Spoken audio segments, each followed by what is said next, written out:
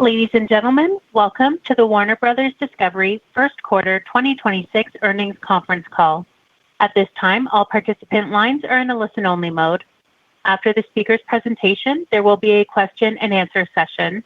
Additionally, please be advised that today's conference call is being recorded. I would now like to hand the conference over to Mr. Peter Lee, Senior Vice President, Investor Relations. You may now begin. Good afternoon, and thank you for joining us for our Q1 2026 earnings call. Joining me today from Warner Bros. Discovery's management is David Zaslav, President and Chief Executive Officer, Gunnar Wiedenfels, our Chief Financial Officer, and JB Perrette, CEO and President, Global Streaming and Games. This afternoon, we issued our earnings release, shareholder letter, and trending schedule, and these materials can be found on our website at ir.wbd.com. Today's presentation will include forward-looking statements that we make pursuant to the Safe Harbor provisions of the Private Securities Litigation Reform Act of 1995.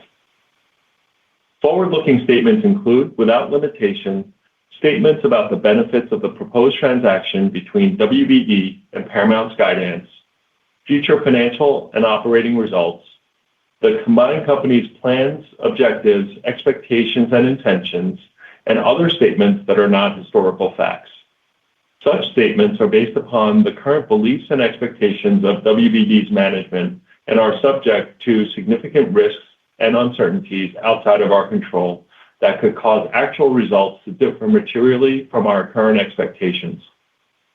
For additional information on factors that could affect these expectations, please see the company's filings with the U.S. Securities and Exchange Commission, including but not limited to the company's most recent annual report on Form 10-K and its reports on Form 10-Q and Form 8-K. WBD is not under any obligation and expressly disclaims any obligation to update, alter, or otherwise revise any forward-looking statements, whether written or oral, that may be made from time to time, whether as a result of new information, future events, or otherwise, except to the extent required by applicable law. In addition, we will discuss non-GAAP financial measures on this call. Reconciliations of these non-GAAP financial measures to the closest GAAP financial measure can be found in our earnings release and in our trending schedules, which can be found in the Investor Relations section of our website.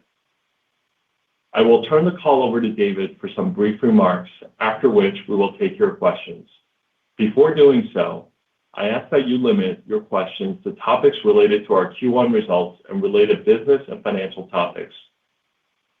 As noted in our shareholder letter, management will not be taking questions regarding the proposed Paramount Skydance transaction. With that, I'll turn it over to David. I'd like to start by taking a moment to remark on the great life and extraordinary legacy of Ted Turner, who was sadly lost today. The words giant and visionary get tossed around loosely in our industry, but Ted Turner truly embodied both. Ted was a generational entrepreneur, someone who believed deeply in the power of ideas and in telling stories and building platforms that could inform, connect, and inspire people around the globe. His global vision for our industry was way before its time and presciently powerful. And alongside Ted through much of that journey was John Malone, whose partnership, strategic vision, and shared belief in the power of cable helped build and strengthen many of these iconic businesses over decades. In many ways, it was a full circle moment for John and me when Warner Bros. Discovery came together in 2022. And we had the opportunity to work with the great businesses and brands that Ted imagined and built. Ted was so happy. From CNN to TNT and TNT Sports to TBS, Cartoon Network, and Turner Classic Movies, Ted built businesses that changed the world. Decades later, they remain vibrant and central to who Warner Bros. Discovery is today. His vision and spirit are very much alive in all the work we do. Ted inspired a generation and inspired so many young hopefuls like me to believe in the dream and join the cable business. With Ted, everything was possible. And along the way, he gave us all courage. He gave us a great life and meaning. He changed the world. He was a great American, and I love him. May his memory be a blessing. Now, turning to the quarter. We're excited to share the results of another strong quarter for Warner Brothers Discovery, marked by excellent progress in delivering on each pillar of our strategy and propelling our ongoing transformation. I'd like to start by highlighting how our team continues to translate the investments we've made over the last 4+ years into entertainment people love and results shareholders expect. Beginning with streaming, in Q1, we introduced HBO Max to important new markets while also delivering high-quality content that engaged existing subscribers and attracted new ones. We successfully launched HBO Max in the UK, Germany, Italy, and Ireland. While our Sky licensing relationship has long made WBD content available in these significant European markets, for HBO Max to be a truly global and scaled streaming service, it was imperative that we build a direct relationship with these audiences. We prepared diligently and invested aggressively to ensure success, and we delivered. Thanks to these successful launches, we've now meaningfully exceeded our guidance of over 140 million total subscribers by the end of Q1. We have strong and accelerating momentum and expect to finish the year with more than 150 million subscribers globally.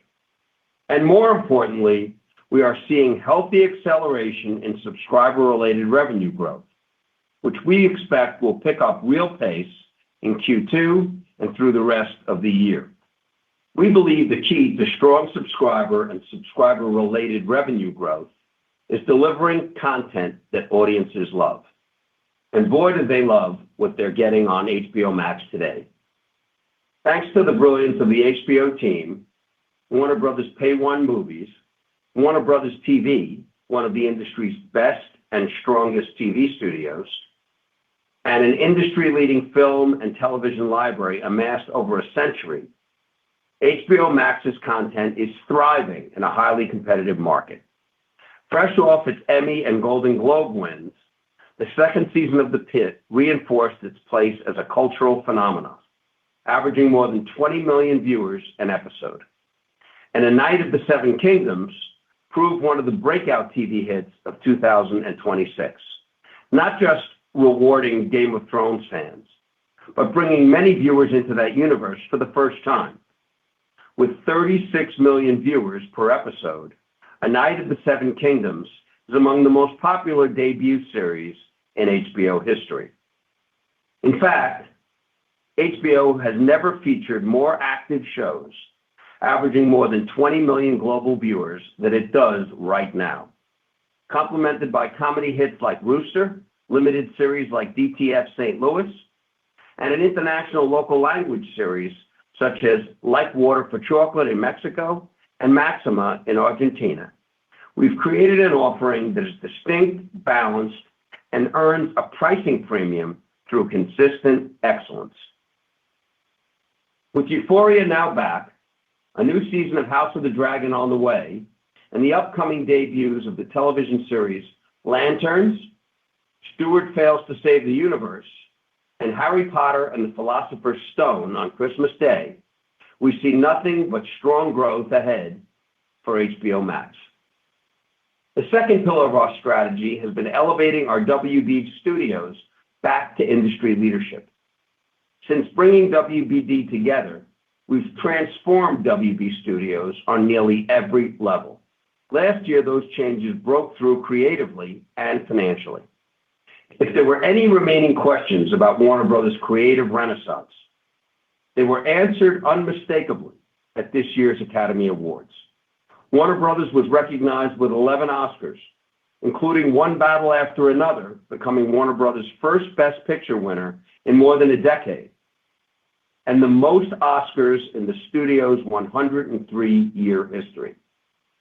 From the beginning, we committed to attracting and working with the world's best creative talent to tell culture-defining stories and to marketing and releasing those films in theaters.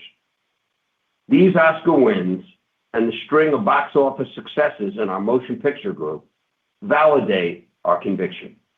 This year, Warner Brothers Motion Picture Group will release 14 films, including Dune Part 3, Supergirl, Clayface, Practical Magic 2, and Digger starring Tom Cruise. We're slated to release up to 18 films in 2027, including Lord of the Rings, The Hunt for Gollum, Batman, and the Superman sequel, Man of Tomorrow. And Warner Bros. Television continues to be one of Hollywood's most prolific independent TV suppliers, with 80-plus active shows spanning more than 20 streamers and linear platforms. As we are making strides in areas such as games and experiences where we believe we have meaningful unrealized opportunity ahead, we are well positioned to achieve our goal of at least $3 billion in annual WB Studios adjusted EBITDA. The work we've done to return our WB Studios to leadership has set the foundation for the company's next chapter. Finally, the third pillar of our strategy has been optimizing our global linear networks. Disruption in the linear television market has created well-known challenges. Faced with those challenges, our team has shown great resolve and ingenuity in keeping our network brands and content highly relevant. We're seeing the fruits of those efforts across sports, news, and general entertainment. We've significantly evolved our sports portfolio with a focus on breadth, value, and international exposure. During Q1, we increased linear viewership of the Milano Cortina Winter Olympics by 50% compared to the Beijing Winter Olympics in 2022, and more than doubled streaming hours and tripled streaming viewers compared to Beijing in 2022. We had a record-breaking March Madness this year, with the most-watched men's national championship game ever broadcast on TNT Sports. And we're off to a strong start with both the MLB regular season and the NHL playoffs.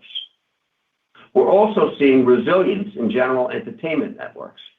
We continue to innovate and refine our content strategy, and in Q1, we saw a 16% sequential improvement in year-over-year general entertainment delivery trends versus Q4.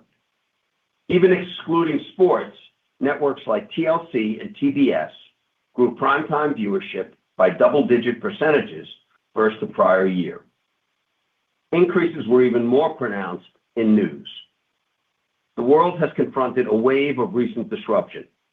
As it has, CNN has proven again it's where people go for news they trust, delivering 30% year-over-year growth in total minutes spent across platforms in Q1.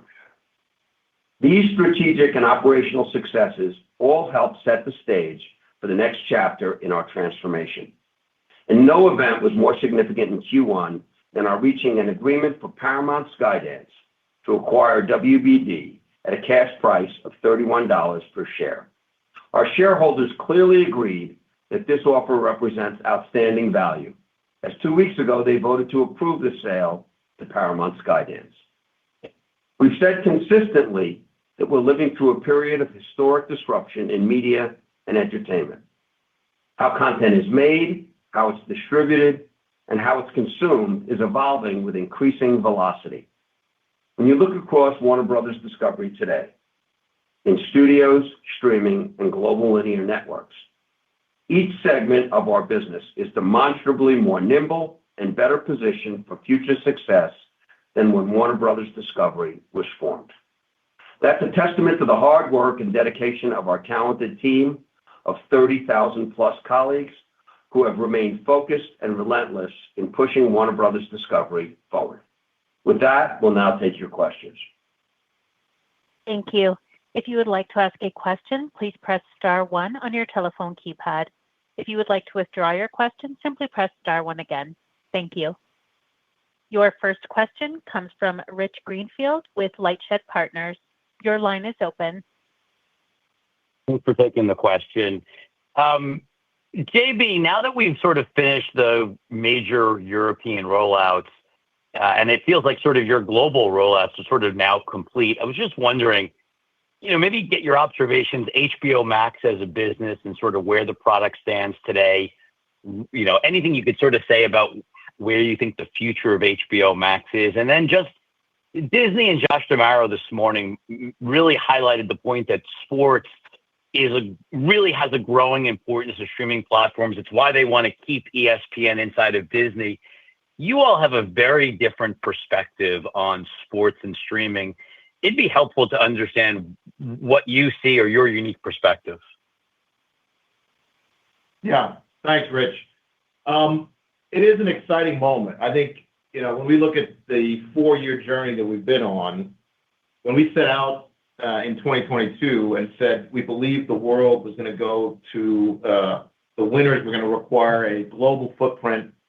You'd have a handful of big global streamers that could be successful, and we knew that we had to be one of those. And we worked tirelessly. We got obviously a world-class team together, pulling from the best of the tech and the media world. We invested and spent that first year redeveloping a whole new platform and product that was flexible and dynamic, and allowed us to deliver high quality and consistent streams of all content types, including high concurrency things like the Olympics. We obviously went global. We were in about 40% of the TAM at the time. We're now more than double that. And we kind of relentlessly, David, myself, Casey, and a group of us just iterated on the strategy and the positioning over, sweating it every day, every week, every month. And ultimately, we made, plenty of mistakes along the way, but kept being led by both the customer feedback and the data, and transforming the service into this must-watch service that people value because it does hit different and it delivers on this, better is better, not necessarily more is better premise. And then lastly, obviously, look, we're hugely beneficiaries of the incredible team that Casey and the entire WBD content creative leadership has put together, with a content slate that has gotten better, broader, and more consistent 365 days a year throughout this journey. And so we sit here today, when we started this journey with sort of mid 90 million subs, we've added almost 50 million subs over that period. We were losing $2 billion. We're now, we made $1.4 billion last year. You saw the results today, growing increasingly double digit on the bottom line. We're seeing the benefits of the operating leverage that we have start to really kick in as the growth on profits is really starting to accelerate as we look throughout the year. And so I think going forward, the great thing is we still have multiple different levers of growth, Rich, to your point. We're still nascent in some of these big markets. We have, as I said, stronger and stronger slates. Obviously, going into 10 years of Potter is going to be a huge tailwind for us, with, I think, the biggest streaming event, certainly for us ever, coming at the beginning of the year and over the next few years. So the content slate continues to strengthen.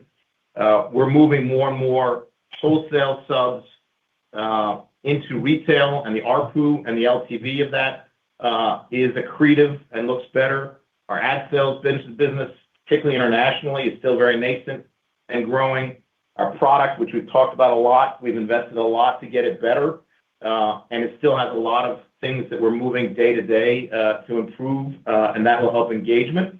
And as you've often touted, the engagement and the churn metrics we're starting to see, particularly over the last couple of months, and as we look out for 26, are the best we've seen in the 4 years that we've been here. And so we're very excited about where we are. It's taken a lot of sweat, an incredible team effort to get us here. But we also see a great and promising future where the momentum is actually getting stronger as we look out across the year into beyond 26. On sports, I would say it a little bit differently, Rich, is that we know the power of sports, and we've been playing in that space, whether it be in Europe, in the international markets, for 15 plus years. I think the thing is, we know the power of sports, but we are more wanting to prove out the ability to do sports profitably. And that's a much harder equation in the streaming space. We know it can be acquisitive. We know it can help engagement, and there's indirect values to those. And so we're experimenting, I'd say, much more, trying to figure out what is that secret sauce that allows you to do sports and streaming at a profitable. But we have various different experiments. We're obviously doing simulcast here in the U.S. We're doing a standalone premium sports offering a la carte in the U.K. We have sports bundled into the basic HBO Max tier in Brazil and Mexico. We have standalone sports in Chile and Argentina. So we are absolutely, we see the power of it, but we are going to continue to be disciplined and experiment to try and figure out what's the model you need to use and exploit it in a streaming space that can deliver engagement and subs, but also profit. HBO Max as a global high growth asset is really the linchpin of our ability to have our ambition to split the company.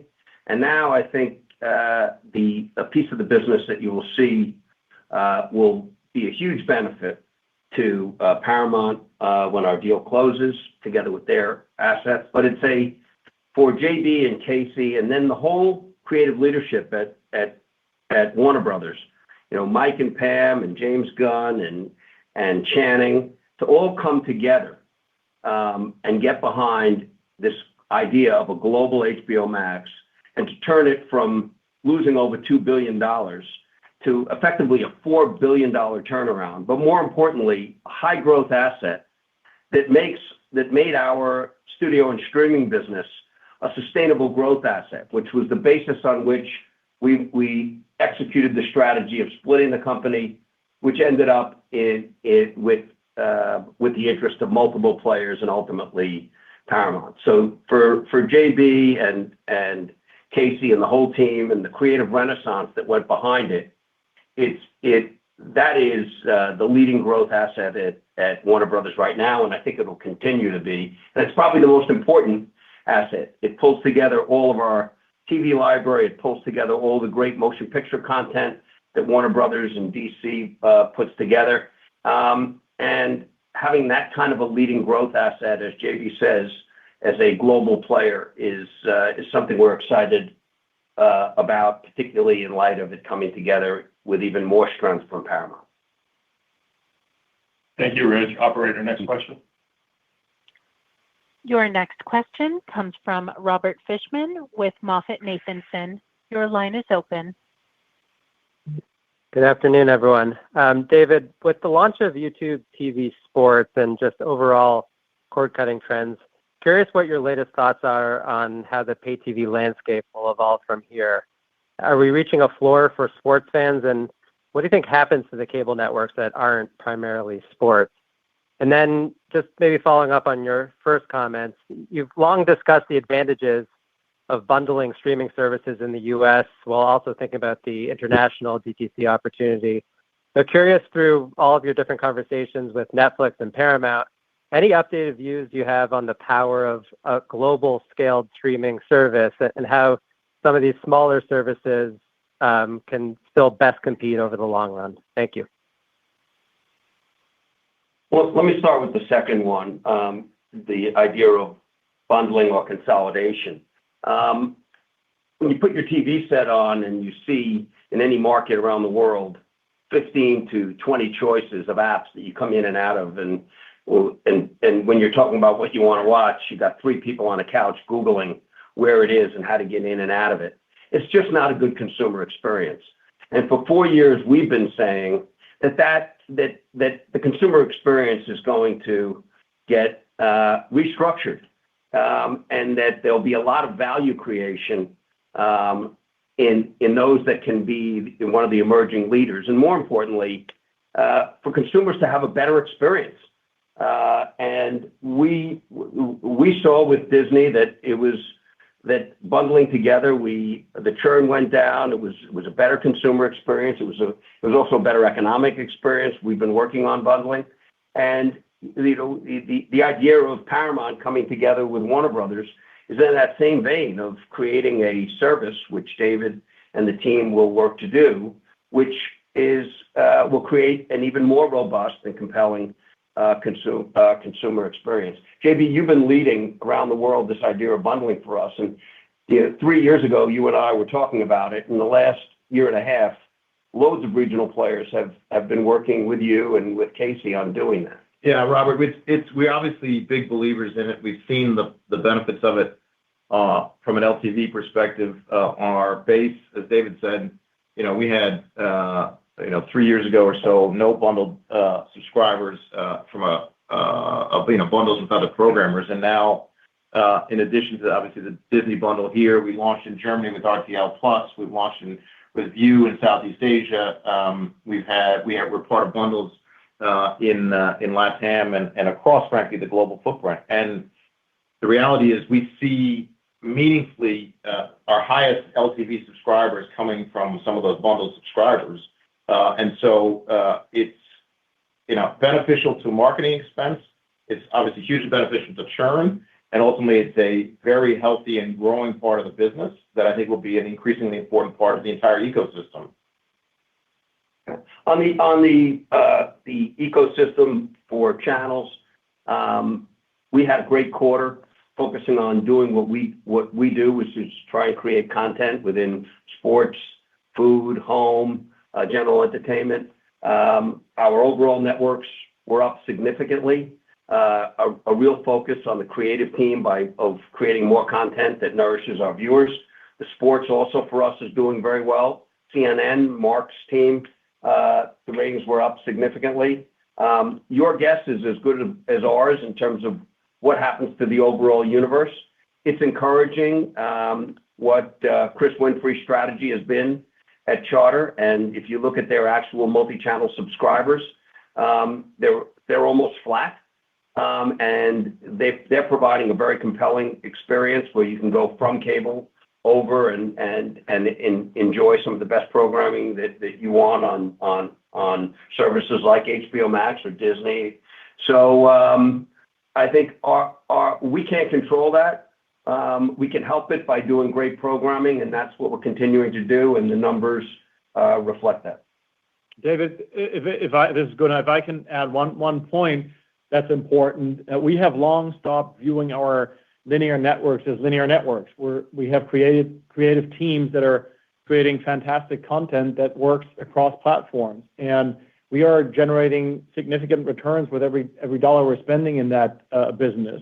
And increasingly, we're seeing very significant revenue contributions growing from international, and in some cases, more than 50% of revenues coming out of streaming utilization of this content. So the demand for this content and the viewer engagement is still there and continues to be a great business for us. Thank you all. Thanks, Robert. Your next question comes from. Thank you. Your next question comes from Steven Cahall with Wells Fargo. Your line is open. Thank you. As we think about studios, the guidance, I think, for adjusted EBITDA is relatively in line with 2025. So first was just looking to understand that a level deeper. You had a really strong slate in 2025. I know you've got a big slate this year too, but just trying to understand if there are drivers to that profitability in 2026 that maybe offset a slightly smaller slate expectation in 2025. And then, some folks like Paramount account for internal licensing a little differently. I know that was a contributor in Q1 as well. But is there any good way for us to just think about the revenue or the EBITDA of the studio business excluding that? I know at the consolidated level it comes out, but just kind of thinking about the studio level. And then on networks, I think EBITDA was down roughly about the same as revenue, which was a big improvement on the back half of last year. Any way that you kind of think about the revenue plus EBITDA trajectory longer term of networks? Do you think you can continue to hold EBITDA at or better than the pace of the top line? Thank you. Steve, this is Gunnar. Let me start with the internal licensing question. It really doesn't make sense to exclude internal content sales from the studio performance. That's why we have chosen to go with this internal fair market value model, because whatever we sell internally, we could also sell externally. And the only thing that would change is we would probably, in many cases, generate a little less profit over the ultimate period for that content. and we would generate that profit a little earlier because it takes JB's team a little more time to generate the profits by utilizing content internally. So that's why these things have to go hand in hand. We have a lot of disclosure around what gets eliminated.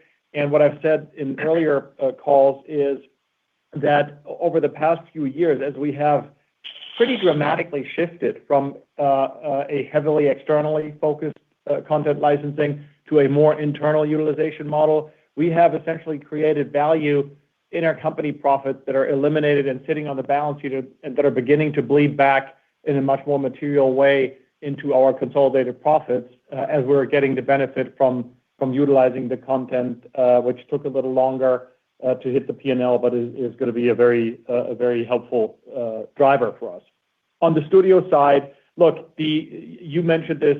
2025 has been a fantastic year for the studio and an absolutely outstanding year for the motion picture group. So maintaining that profit level, I think, is healthy and is certainly an ambition for the team. We also have that quarter-over-quarter fluctuation for our content sales. As you know, the timing of the renewal of certain deals is always slightly different and leads to bumps in the individual quarters. And then if you think about sort of longer-term growth opportunities, one thing that we have also talked about multiple times and that is flowing through our numbers increasingly is our opportunity that we see in experiences and consumer products, an area that historically hadn't received a lot of attention. And that we have opened a Potter tour in Tokyo. We're working on another one in Shanghai. We have smaller experiences, activations. And so these things are increasingly going to contribute to our profits, and that will be the case this year as well. And then on the linear network side, look, I want to stay away from giving very specific guidance as to where we see the revenue trajectory and our ability to maintain EBITDA levels. What you did see this quarter is some very encouraging signals, much better delivery and share gains in many of our key international markets for the business. As I said earlier, increasingly we're seeing the monetization shift, still generating fantastic returns with a different mix and incremental value coming from international markets, streaming utilization, et cetera. And then, as we have said before, we are continuing to be very, very focused on efficiency management. Not to the extent anymore as in the earlier years after creating Warner Brothers Discovery, where we were able to offset very significant percentages of the revenue declines, but we do still see opportunities. And clearly, AI, I think, is at a stage where this is going to become a more meaningful contributor to efficiencies and greater volume, more easily created in certain areas in our workflow. So I do think there's a lot to be optimistic about. Again, wouldn't be the right time, I think, at this point to create sort of new longer-term guidance for that business. Thank you. And your last question will come from Kannan Venkateshwar with Barclays. Your line is open. Thank you. So, David, you scaled Discovery over the years by orders of magnitude. There are obviously some areas where scale benefits, so things like maybe the tech stack or marketing. But is there an asymptote that you start to hit as you get larger?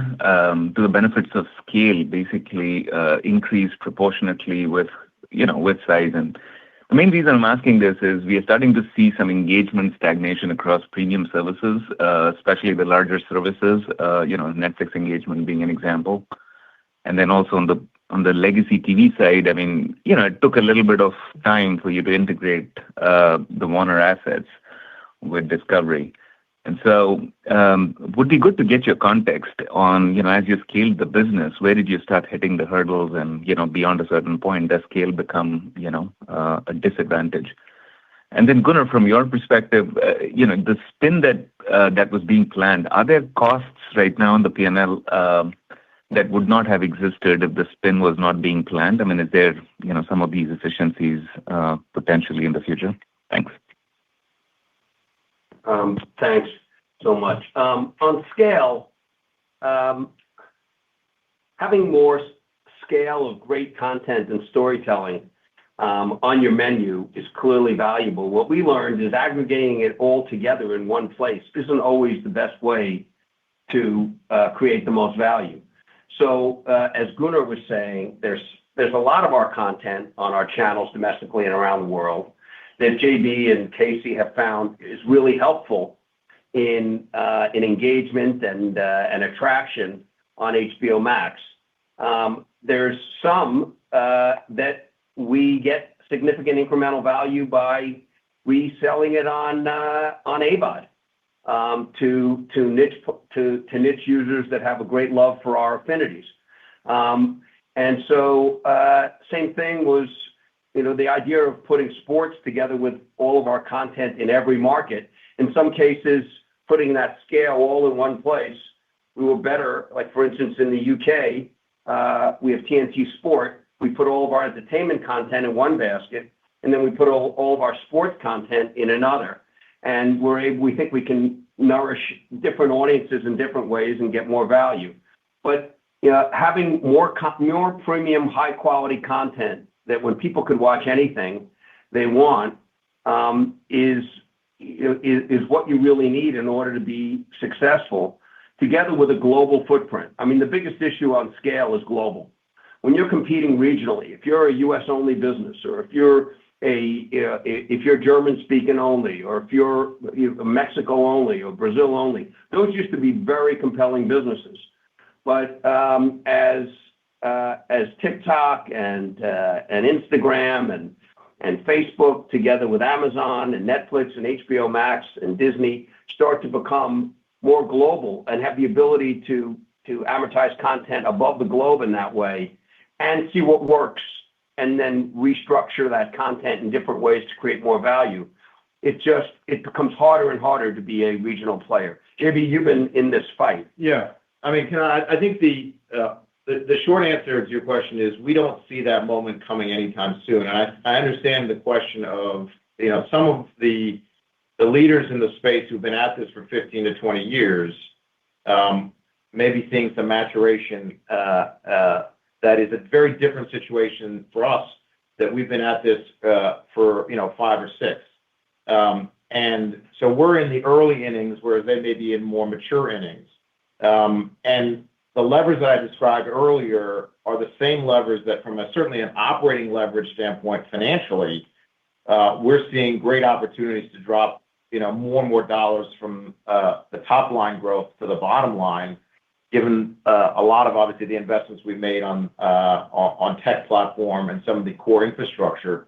And those are still a long way to go in terms of penetration in some markets, including very nascent markets that obviously we've just recently launched in, that we're still in the very early days of that growth trajectory. And at the end of the day, as we said, oftentimes the content, our product is the content. And the slate and the data that we've used to try and deliver clear and clearer views of the types of content that will better nurture and satisfy or bring in more customers. We're getting smarter and smarter at it. And the slate that you keep seeing delivered by Casey and the team, which already is a sort of best in the business in terms of batting average, we keep doing better and better and getting better and better slates that are delivering more and more for our customers.